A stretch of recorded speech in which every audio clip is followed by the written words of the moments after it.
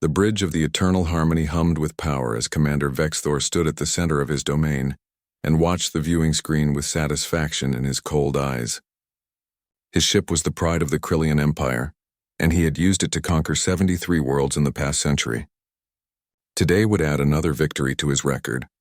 The Krillians were 8 feet tall with thick armored skin and muscles that could crush steel, and Vexthor was the strongest among them.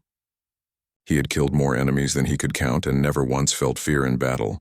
His reputation spread across the galaxy like a dark shadow, and entire planets surrendered when they heard his name.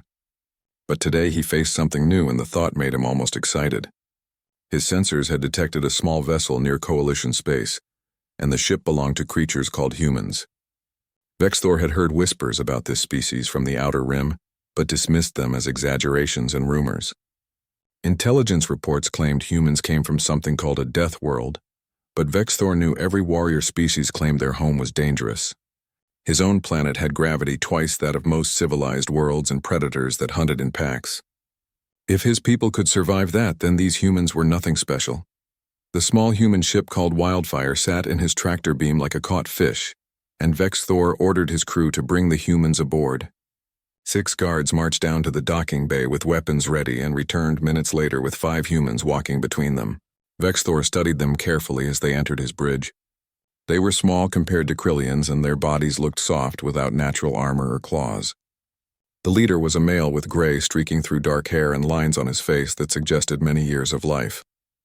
He wore a simple uniform with captain insignia and walked with calm confidence despite being surrounded by armed warriors. Behind him came a female with sharp eyes that constantly scanned the bridge and assessed every detail. A young male with oil stains on his hands followed next, and then a female who carried herself with the careful grace of a healer. The last human was a male who kept his hands in his pockets as if this was a casual stroll rather than a capture. Vexthor stepped forward and his footsteps echoed across the metal floor. He towered over the human captain by nearly 3 feet, and his shadow fell across all 5 humans. The captain looked up at him without fear, and that irritated Vexthor more than he expected. Every species showed fear when they first met Krillians. Terror was the natural response to facing a superior predator. But this human just stood there with calm eyes and waited. Vexthor began his usual speech about Krillian dominance and how resistance was futile. He explained that this sector of space now belonged to his empire, and all ships passing through owed tribute and allegiance. He told the humans they had 2 choices, and both were simple. They could surrender their vessel and serve the Krillian Empire, or they could die right here on this bridge. He made his voice deep and threatening because fear was a useful tool for controlling lesser species. Most captains begged for mercy by this point or tried to negotiate terms. Some attacked in desperate fury, but that just made killing them easier. Vexthor waited for the human response and expected either submission or foolish aggression. The human captain listened to every word without interrupting. His expression never changed and his breathing remained steady. When Vexthor finished speaking, the captain simply said no. The word hung in the air like a challenge. Vexthor felt his translator must be malfunctioning, because surely this tiny creature had not just refused a Krillian commander. He leaned down until his face was level with the human and spoke slowly, so there could be no misunderstanding. He explained that refusing meant death and asked if the human understood his position. The captain met his eyes directly and said he understood perfectly, and the answer was still no. Rage flooded through Vexthor, hot and immediate. This insect dared to defy him on his own bridge in front of his crew. He would make an example of this human, and show everyone what happened to those who rejected Krillian mercy. His hand shot out fast as a striking snake to grab the human by the throat. Vexthor had used this move 100 times before, and it always worked. His grip could crush windpipes and break necks. The human would die quickly and then his crew would surrender. But something went wrong. The human moved, not with panic or the clumsy desperation of prey, but with smooth, practiced efficiency. His hand came up and intercepted Vexthor's wrist. The human's fingers locked around the Krillian's arm with impossible strength. Vexthor felt actual pain, and that shocked him more than anything. No creature this small should be able to hurt him through his armored skin. The human pivoted and used Vexthor's own momentum against him. Suddenly the commander found himself off balance and stumbling forward. The human's other hand came up in a precise strike to Vexthor's elbow joint. Something cracked and pain shot up Vexthor's arm like lightning. The bridge exploded into chaos. Guards raised their weapons but hesitated because their commander was too close to the target. That moment of hesitation cost them everything. The female human with sharp eyes moved like liquid violence. Her hand flashed out and took a weapon from the nearest guard. She used it to drop 2 more guards before they could fire, and her movements were precise and economical.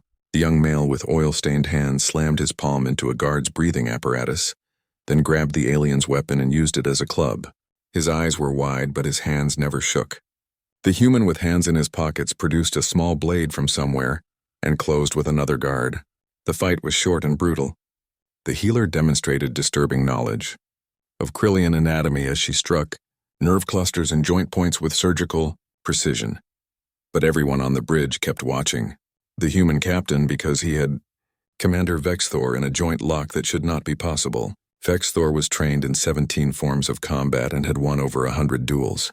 He had defeated opponents twice his size and fought 3 enemies at once. But this human held him completely immobilized with a grip like forged steel. Every time Vexthor tried to break free, the pain in his arm increased until he gasped. The human captain spoke in a calm voice as if he was teaching a lesson rather than fighting for his life. The human captain held Vexthor in a position where any movement caused sharp pain, and the commander realized he was truly helpless for the first time in his life. The human began speaking in a tone that was educational rather than angry, and his words cut deeper than any blade. He explained that humans did not come from a normal world, and their planet had spent millions of years trying to kill them. The gravity was higher than most civilized worlds, and massive predators hunted everything that moved. Diseases swept through populations like wildfire, and weather changed from deadly heat to deadly cold within seasons. But humans did not just survive all of that chaos and danger, they conquered it completely. The human told Vexthor that his species hunted animals faster than the fastest vehicles. They survived ice ages that froze entire continents and droughts that turned fertile land into dust. They climbed mountains where the air was too thin to breathe properly just to see what was on top. They dove to ocean depths that would crush most ships with pressure alone. And they did all of this without claws or natural armor or venom or any physical advantages. They did it with their minds and their absolute refusal to give up no matter what. The remaining Krillian guards had been subdued and now lay on the floor groaning in pain. The 5 humans stood ready with weapons trained on the bridge crew who sat frozen at their stations. Nobody moved because everyone understood that these small, soft-looking creatures were far more dangerous than they appeared. Vexthor tried to process what was happening, but his mind could not accept it. His entire worldview was crumbling like a building with a broken foundation. The Krillians were supposed to be superior warriors. They had conquered dozens of worlds and defeated every enemy they encountered. But 5 humans had neutralized his entire bridge crew in less than 20 seconds. The human captain continued speaking, and his words reached every corner of the bridge. He said that when someone threatened him and his crew, they needed to understand what they were actually threatening. They were threatening a species that had survived things which would drive most species into extinction. Humans did not have the luxury of being naturally strong or fast or armored. They had to be smart and adaptable and absolutely relentless. Those qualities made them dangerous, in ways that physical strength could never match. What nobody on the Eternal Harmony knew was that a junior communications officer had accidentally activated the fleet-wide emergency broadcast system when the chaos started. Every coalition ship within 100 light-years was receiving a live feed. Every monitoring station and diplomatic outpost and military command center was watching 5 humans defeat the crew of a Krillian warship. The feed was being recorded and copied and transmitted across the galaxy faster than light itself. In the Coalition assembly chambers on Nexus Prime, the gathered leaders watched their screens in complete silence. The Vrelian ambassador stood with his mouth hanging open and his 3 tongues quivering with shock. The Shiliak matriarch leaned so far forward her chair creaked under the strain.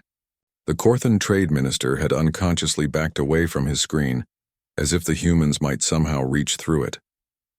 Nobody spoke because words seemed inadequate for what they were witnessing. Fleet Admiral Zendros watched from his command center with the focused intensity of a military strategist seeing history unfold.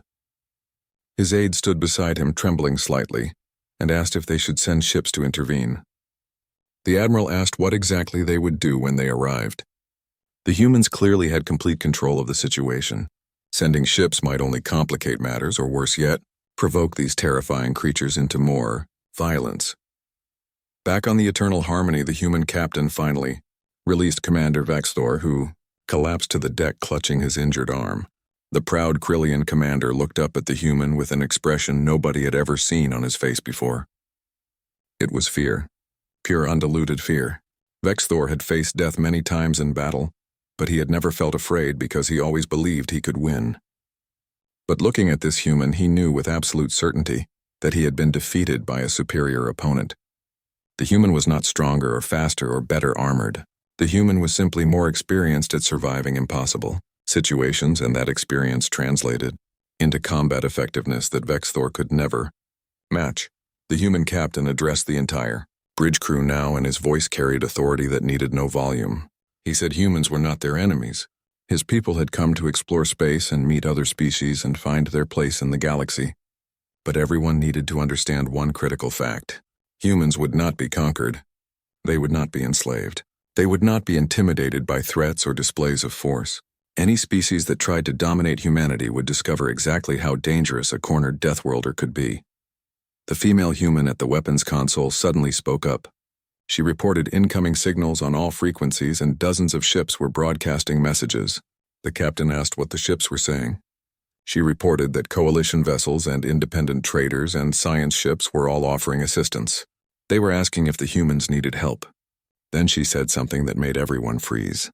She had detected live feeds going out on every channel in the sector. Everything that happened on this bridge was being broadcast across known space.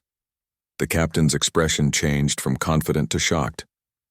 He realized that his words and actions had been seen by potentially trillions of beings. He had not meant to make a speech to the galaxy. He had only wanted to defend his crew and make their position clear. But now every species in the coalition knew that humans existed and knew exactly what humans were capable of doing. On Nexus, Prime the Vrelian ambassador stood and addressed the assembly with a voice that shook slightly. He formally moved that they immediately open diplomatic channels with the human government. A species with such capabilities should be their allies. The alternative of having humans as enemies was too frightening to consider. The motion passed with unanimous approval, and not a single voice spoke against it. 3 Korthan representatives began drafting trade agreements. 5 Sheliak scholars started research proposals for cultural exchange. A dozen military advisors requested permission to study human combat techniques. The galaxy had just witnessed something unprecedented, and everyone wanted to be on the right side of history. Commander Vexthor sat on the deck of his bridge surrounded by his defeated crew and felt his entire identity dissolving. He had built his reputation on being an unstoppable warrior. He had believed the Krillians were the ultimate predators. But in 5 seconds, one human had shattered that belief completely. 3 days passed, and Captain Jake Morrison found himself in a very different situation than he expected. He was no longer a prisoner on a Krillian warship. He was an honored guest aboard the Coalition flagship Unity's Promise, and the ship was taking him and his crew to Nexus Prime for formal diplomatic negotiations. The galaxy had not stopped talking about what everyone now called the 5-second incident, even though military analysts agreed the actual fight lasted closer to 15 seconds. The name stuck because it perfectly captured how quickly Commander Vexthor went from arrogant conqueror to defeated warrior lying on his own bridge floor. Jake sat in comfortable quarters that the Coalition provided and reviewed reports on a datapad. The news was overwhelming in both volume and content. Humanity had been quietly exploring the edges of known space for 20 years with only occasional contact with other species. Now suddenly humans were the most discussed topic in the entire galaxy. Every news network ran stories about the Deathworlders. Every military academy studied the footage of the bridge fight. Every government debated what humanity's emergence meant for galactic politics. Someone knocked on his door and Jake called for them to enter. Admiral Zendros came in, and his insectoid features were arranged in what Jake had learned was a friendly expression. The Admiral apologized for disturbing him and asked if they could talk informally before the official diplomatic proceedings began. Jake agreed immediately and offered the Admiral a seat. Zendros settled into a chair designed for his species, and his multiple legs folded beneath him in a way that looked uncomfortable, but apparently was not. The Admiral said he wanted to discuss what happened on the Eternal Harmony because it had caused reactions across the entire coalition. Jake mentioned he had noticed the attention. He had received 17 marriage proposals from various species and 3 invitations to join mercenary companies. One particularly disturbing message came from a Sheliak merchant who wanted to buy genetic samples and clone his entire crew. The Admiral's mandibles clicked in what Jake recognized as laughter. The sound was strange, but the emotion behind it was universal. But then the Admiral's tone became more serious. He explained that the Krillian Empire had formally withdrawn their expansion into that sector of space. Commander Vexthor had resigned his commission in disgrace. 14 other aggressive species had suddenly become very interested in peaceful relations with humanity. The political landscape of the galaxy was shifting because 5 humans defended themselves against 1 arrogant alien. Jake set down his datapad and said they had not meant to start an interstellar incident. They only wanted to defend themselves and their ship. They had not asked to become galactic celebrities or political symbols. The Admiral nodded with understanding, but explained that intention did not matter much when it came to consequences. What concerned many beings in the assembly was not what humans did, but what humans were capable of doing. Zendros leaned forward and his voice became intense. He said Jake needed to understand the context and the history. The coalition had existed for 3,000 years. In that time, they encountered approximately 400 sentient species. Of those species, fewer than 50 evolved on high-danger worlds, and absolutely none evolved on a world as dangerous as Earth. The Admiral had read all the reports that human government provided. He said Earth should not have produced sentient life according to every statistical model. The gravity was too high and the predators were too numerous. The diseases were too virulent and the weather was too extreme. By all reasonable calculations, life on Earth should have stayed simple and microbial. Instead, it produced humanity. Jake smiled slightly and said humans called their dangerous activities things like mountain climbing and scuba diving. They thought of them as recreation and hobbies. The Admiral said that was exactly his point. Humans had members of their species who jumped out of functioning aircraft for fun. They had people who deliberately provoked large predators for entertainment. They consumed toxins like capsaicin and alcohol and caffeine because they enjoyed the sensation. These were not the behaviors of a rational species by galactic standards. Jake felt defensive and asked if the Admiral was calling humans crazy. Zendros replied immediately that he was calling humans terrifying, and he meant it with complete respect. He explained that the coalition had a term for species like humanity. They were called Deathworlders, and even among Deathworlders, humans were considered extreme examples. Humans were the only species that practiced persistence hunting where they literally chased prey until the animal collapsed from exhaustion. They were the only species that routinely healed from injuries that would permanently disable most galactic citizens. They were the only species that could survive in environments ranging from frozen tundra to scorching jungle to oxygen-thin mountains with minimal technological help. The Admiral paused to let his words sink in. Then he continued and said what frightened people most was not human physical capabilities. It was human psychology. Humans were a species that looked at impossible challenges and saw opportunities. They were endlessly creative in finding ways to overcome obstacles. And they had a disturbing tendency to never give up, even when giving up would be the rational and sensible choice. Jake considered this carefully. He asked if that meant the galaxy was afraid of humanity.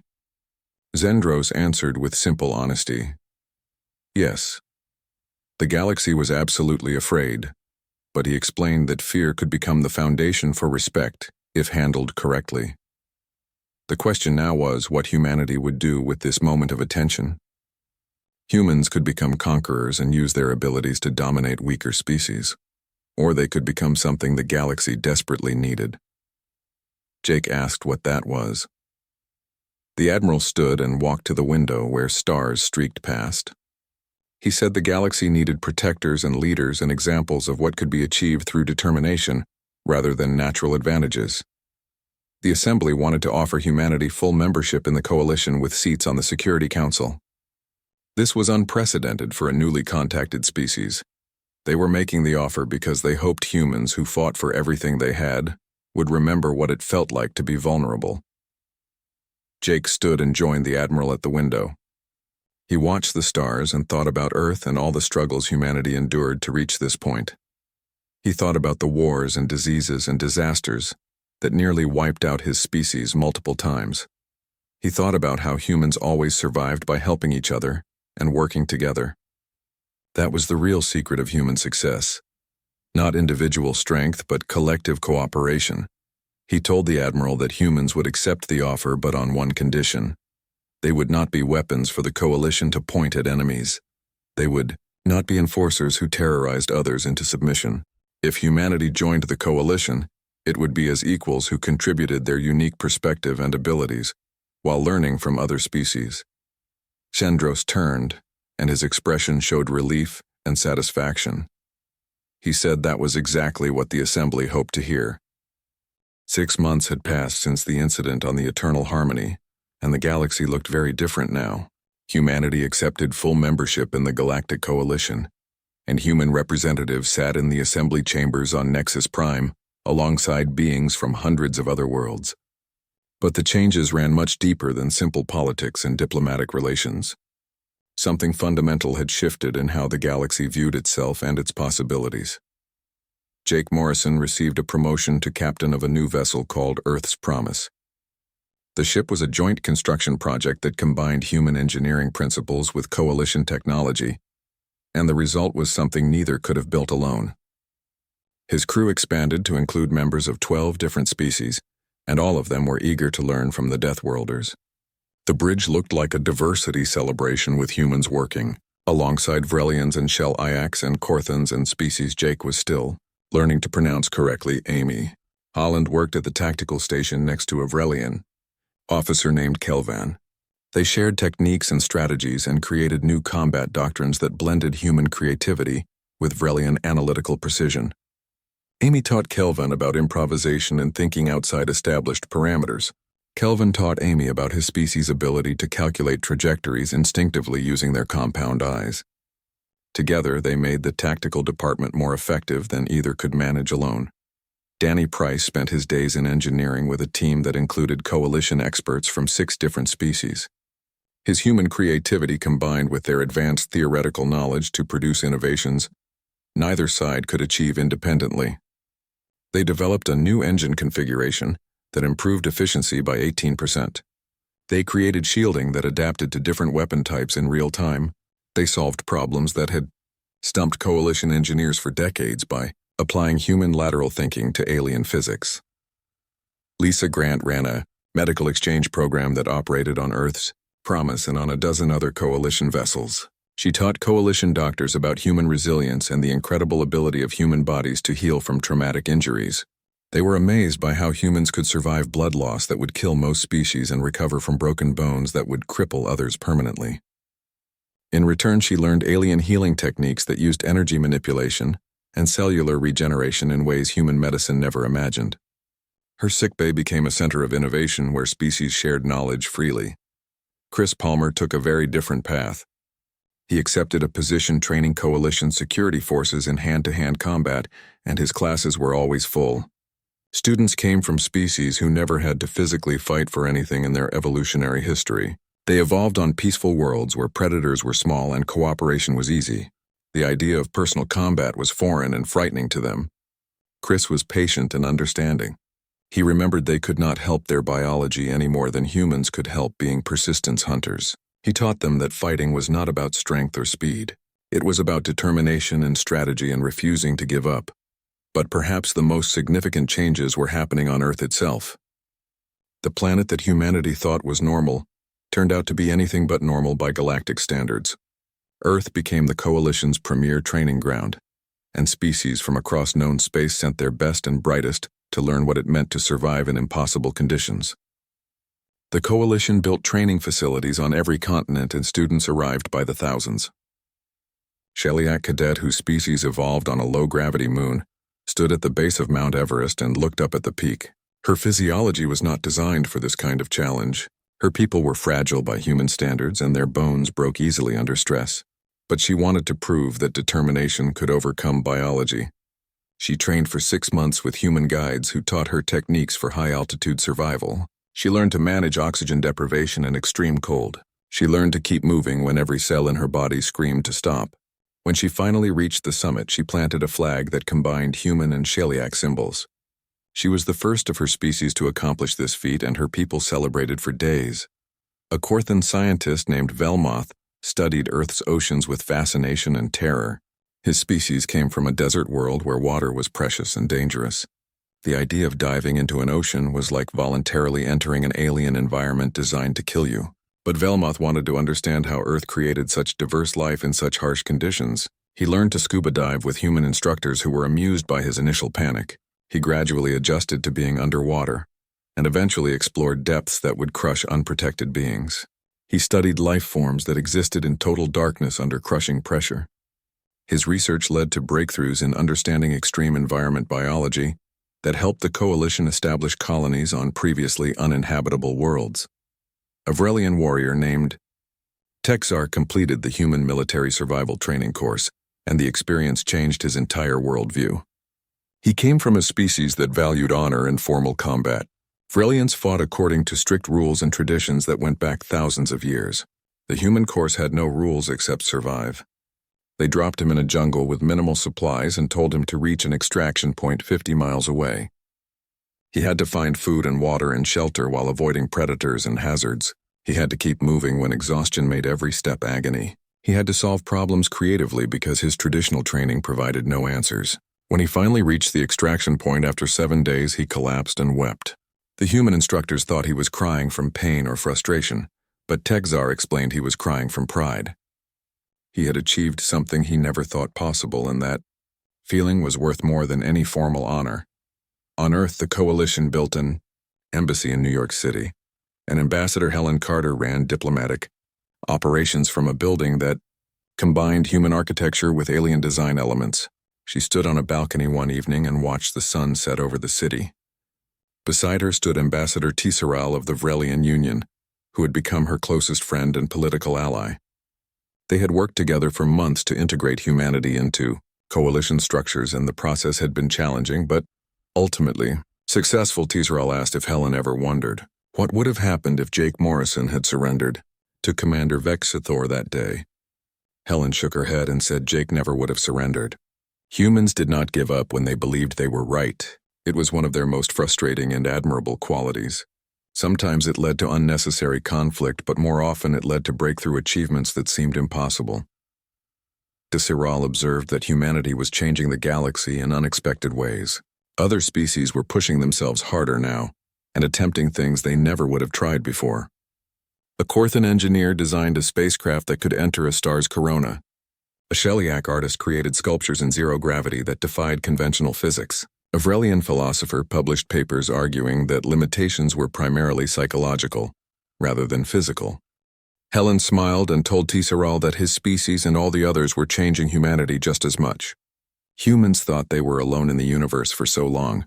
They thought survival meant fighting alone against an uncaring cosmos. Now they knew there were friends among the stars and allies who would stand beside them. That knowledge changed everything about how humans viewed their place in the galaxy. They were not solitary warriors anymore. They were part of a community that spanned thousands of worlds and hundreds of species. Far above Earth, the bridge of Earth's promise hummed with activity as the crew prepared for departure.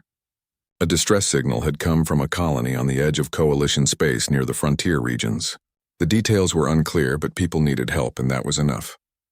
Pirates or raiders or equipment failure or natural disaster, the cause did not matter as much as the response. Someone was in trouble, and Earth's promise was the closest vessel that could provide assistance. Amy announced from Tactical that all stations reported ready. Chris confirmed from the helm that the course was laid in and ready to execute. Danny reported from Engineering that all systems showed green across the board.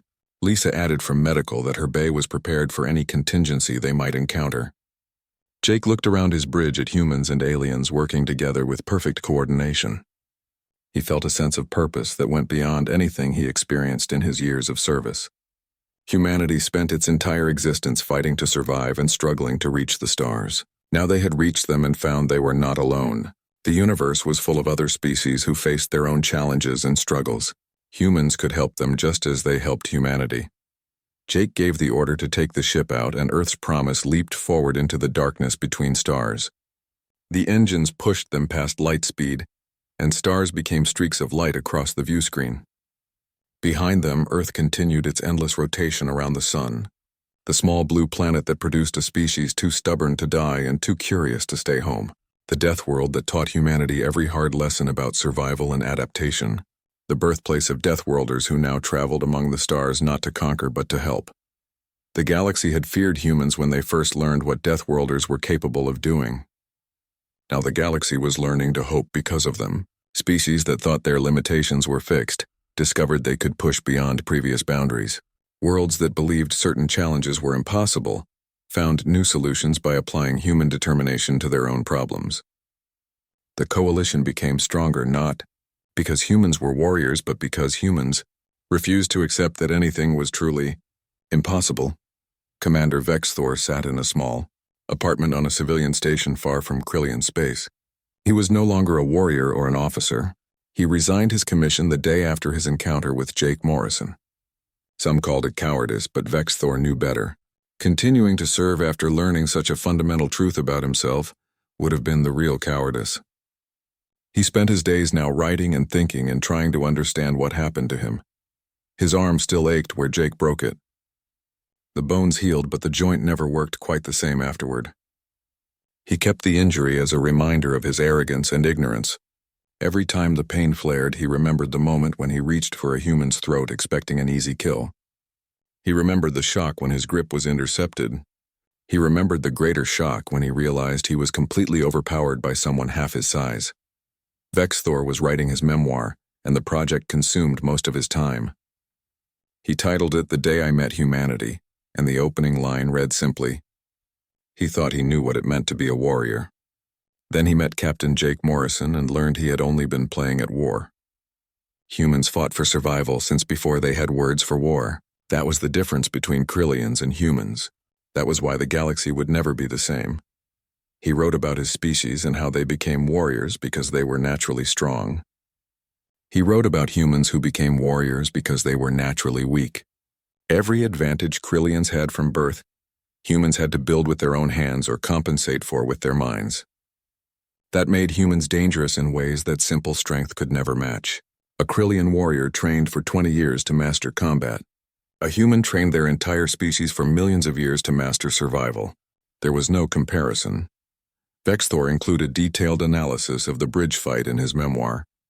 He broke down every move Jake made and explained why it worked. The human used leverage instead of strength. He used timing instead of speed. He used Vexthor's own aggression and momentum against him. These were techniques any species could learn, but humans elevated them to an art form because they had to. They could not rely on being bigger or stronger, so they learned to be smarter and more efficient. The memoir gained attention before publication. Excerpts leaked online and spread across the galactic networks. Other species read Vexthor's honest account of defeat and found it strangely inspiring. Here was a member of one of the most feared warrior races admitting complete defeat by a human. But he did not write with bitterness or resentment. He wrote with respect and understanding. He acknowledged that meeting humans changed his entire perspective on strength and power and survival. As the last light of day faded on thousands of worlds, beings of every species looked up at the stars and thought about the small blue planet where nightmares evolved into heroes. They thought about humans and Deathworlders and the species that turned survival into an art form. Parents told their children stories about the 5-second incident, and teachers used it as an example in schools. The moment when one human showed an entire galaxy that determination mattered more than natural advantages. And beings across the galaxy slept easier, knowing that somewhere in the darkness between stars, Jake Morrison and his crew stood watch. They were ready to face whatever dangers the universe might contain. They were ready to help anyone who needed it regardless of species or origin. They were ready to demonstrate that the scariest thing in the universe was not the biggest predator or the strongest warrior. The scariest thing was someone who absolutely refused to give up no matter what. Earth's promise traveled through hyperspace toward the colony in distress. The crew worked at their stations and prepared for whatever they might find. Humans and aliens side by side, united by common purpose. This was the future that began 6 months ago when Jake Morrison said no to a Krillian commander. This was the galaxy that emerged when one species refused to be intimidated and showed Others that fear could become respect, and respect could become friendship. The stars shone eternal and indifferent as they always had. But the beings living among those stars were different now. They understood that evolution gave some species advantages, but determination could overcome any disadvantage. They understood that the strongest warriors were not those who never lost, but those who never stopped getting back up. They understood that humanity came from a death world, but they did not let that world make them cruel or heartless. Instead, they used those hard lessons to help others survive their own impossible challenges. That was the real message of the 5-second incident. That was why the galaxy changed. That was why when people looked at the stars now, they felt hope instead of fear. Jake Morrison sat in his captain's chair and watched the stars streak past. He thought about Earth and his family and all the humans who came before him. He thought about the struggles and sacrifices that brought humanity to this moment. And he smiled because he knew that somewhere back on that little blue planet, children were looking up at the same stars and dreaming of their own journeys into the cosmos. The future was bright and full of possibilities. The galaxy was vast and full of wonders, and humanity was finally home among the stars where they always belonged.